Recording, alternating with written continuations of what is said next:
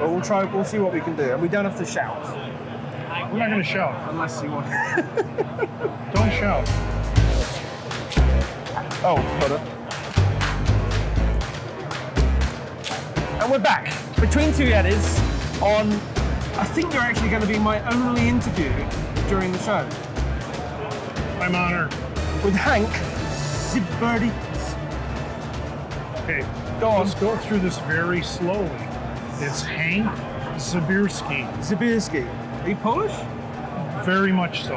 Ah, pleasure to meet you, sir. Well, it's a pleasure to meet you anyway, but now I know you're Polish. So. Yes, I am. So when did you come to America? My parents came here in 1950. I was the first one born here. Oh, wow.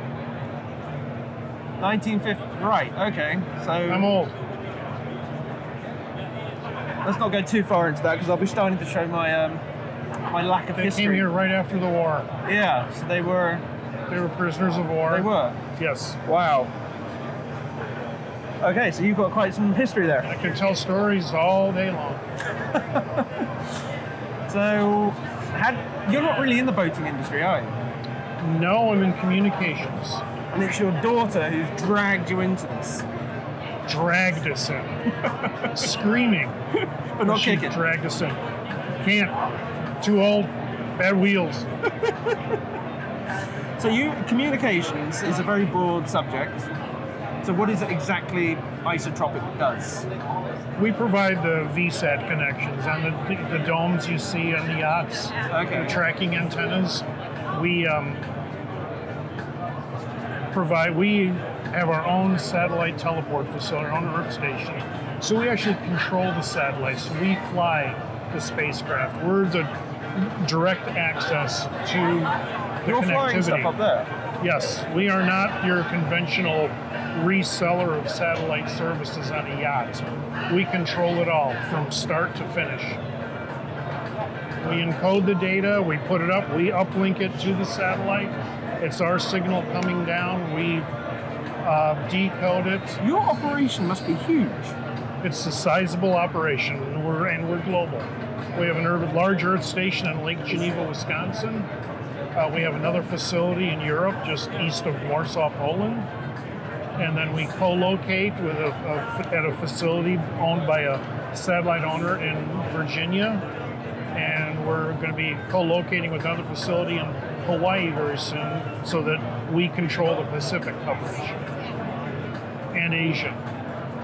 I had no idea you were this. I mean, we've seen Melissa walking around boat shows. We're very fortunate. We're really lucky people. We have been everybody's best kept secret for many years. Yeah. Oh, so everyone resells your stuff. People resell your stuff? We have channel partners who resell our services. We have a few legacy clients that were with us at the very beginning. We still support them, but we primarily like to support our channel partners because they're out there constantly in the trenches with their clients, where they're also giving them backup, but they're our primary force right in front of the client. So how did you start this? So that's a long story too, but I built an FM radio station when I was in college. What, out of like a... FM stereo commercial radio station. We petitioned, myself, two partners and I, we petitioned the FCC. A year later, they gave us a license, and we built it was an FM rocker, contemporary FM radio, back in the early 70s. And you were a disc jockey? I sold airtime. I helped program the station. I was a disc jockey under a different name, naturally. What was you? DJ? Henry Steele. Henry Steele. Less chatter, more platter. Thigh slapping, toe tapping, jamming. These are your jingles, aren't they? Oh yeah. Thigh slapping, toe tapping. It was great. I really enjoyed it. We had a lot of fun with it. I mean, we started this, and we're still in college. We have no money. One of my partners, his brother, sent us a case of Campbell's soup because I don't think you guys be eating too good for a while. So we had that. We really enjoyed it. I mean, I never knew Campbell's soup was that good. And so you were born as a church mouse. We pioneered this. Pioneered a lot of things. Wow. CMNs. Yeah. Oh my God, that's a working man's hand. Oh yeah, every day. But then, So you built this from the ground up. we built everything from the ground up. My wife and I, we own it. We built it all. We have no investors, no investment banks, no nothing. It's all us. It's our money, and we kind of exploit that a lot with our people because we're like I said, we're blessed. We're very fortunate people. We're different than everybody else in the industry. I call us a category of one. We don't do what the other guy does. We do not require contracts. The reason many people require contracts is they go out and they finance them right away. They sell them off and get 80% of the money up front for the business they picked up from somebody. We don't do that. It's our money that we put in everything, and we deliver the service. If someone doesn't like us, they can leave. But we've been in business 28 years. We still have our first customer, and we still have our first employee. Employee number one. Employee number one. Is that you or No, your wife? no, it's another. Is this your wife? That is my wife.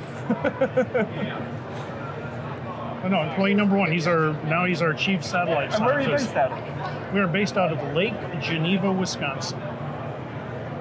Hang on, so you've got double whammy here because you've got the Polish work mentality We have a facility similar to what we have in Lake Geneva in Poland. in Poland. So you've got, because there's two places in the world where people work like dogs, Poland and the Midwest.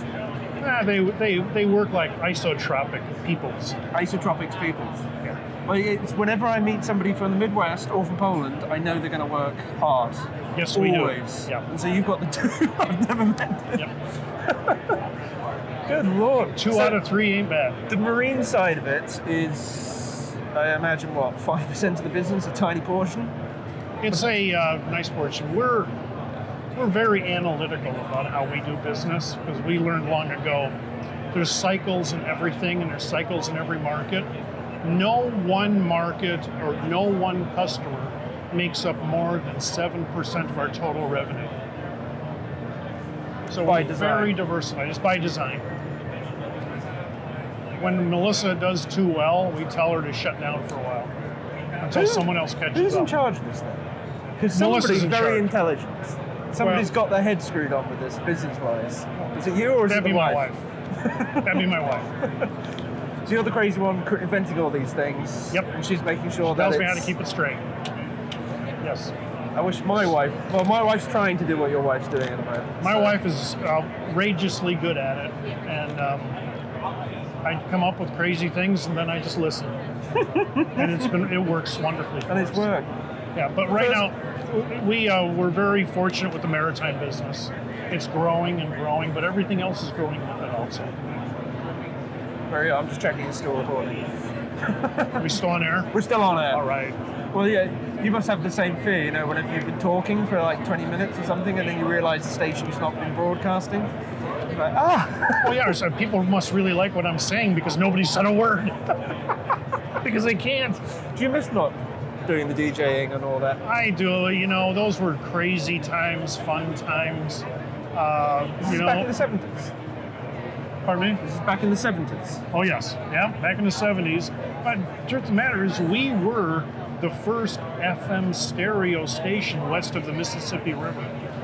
We were just small. We begged, borrowed, and stole equipment to put this up. And we had, FM stereo before LA did. And it was in Iowa City, Iowa. But legally or not? Legally. Oh, right, okay. Yep, it's all legal. We started as a 3,000 watt FM. So, you could pick it up maybe a few miles out of town. And then, because I don't think the FCC thought we would make it, that we would be real, didn't want to waste a license. And then within a year, they gave us 100,000 watts and we were everywhere. And 100,000 watts pumps it out. Power. We covered half the state. Good Lord. I mean, these are all things I've never really ever considered as the technicalities of broadcasts. But, and I don't think a lot of people do nowadays. Everyone's got an iPhone and they Right. think they can live stream just off a Wi-Fi network. It's like, But it's people like us in the background it's our job to make it easy for them. That's like the new 5G standard, how we're tying VSAT, satellite, into 5G. It needs to be a seamless experience for the end user, and that's what we're all working towards. All right, let's go to 5G. So, you're a proponent of the technology or not? Oh, yes. Okay. Yes. And the health risks and the security risks and all that are valid, or? It's all very low power. You know, if you've got the phone to your ear for the next 40 years, you're going to see a problem. Okay, you'll experience a problem. Otherwise, it's well within limits. And really, with some of the technologies, people don't know the limits. But I do know, for example, you do not want to stand in front of a broadcasting KU band antenna for very long, because it's like a microwave, and you'll get really sweaty. And How many kids do you have? We have 2. And They're fine. Did that get stopped? Would you have had more if you hadn't stood in front of that radar? We have too much fun with the 2. And if you've met Melissa and her brother, you know that we can't handle much more than that. So the 5G thing, from a lay consumer, it's very much an advancement. We don't need to. Yeah, actually, 5G is lower power yet. Yeah, but then you have to have more towers, you have to have more. That's all. You have to put up more towers and all, but it's still low power. So you're not putting up any more power than you are right now. And do we need this speed? The reason we need it is that there will never be enough bandwidth.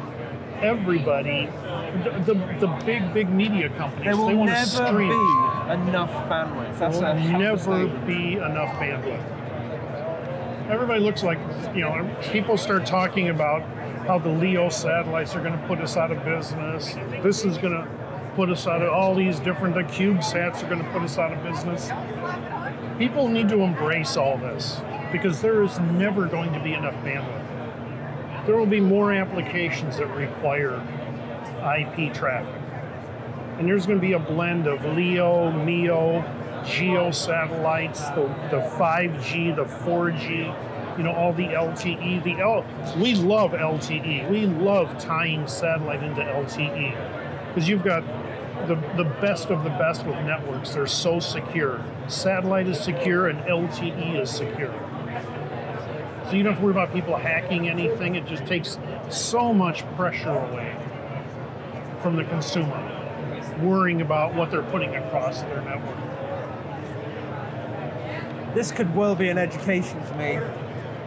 I'd love to come and see your. I imagine you've got like rack servers, satellite dishes, and everything. Yes, we do. How big's the biggest satellite dish? 9.5 meters is the biggest. 30 feet? Yes. Well, you're the real deal in this industry. We believe so. Yeah? We like to deliver certainty. And she, wherever she is, she never really plays this up.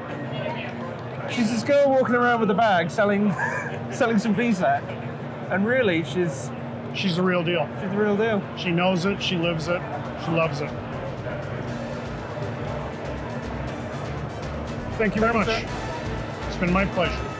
I realized the other day, actually, I met Melissa when we started doing this. She was holding the boom for us. And yeah, she's been there from day one.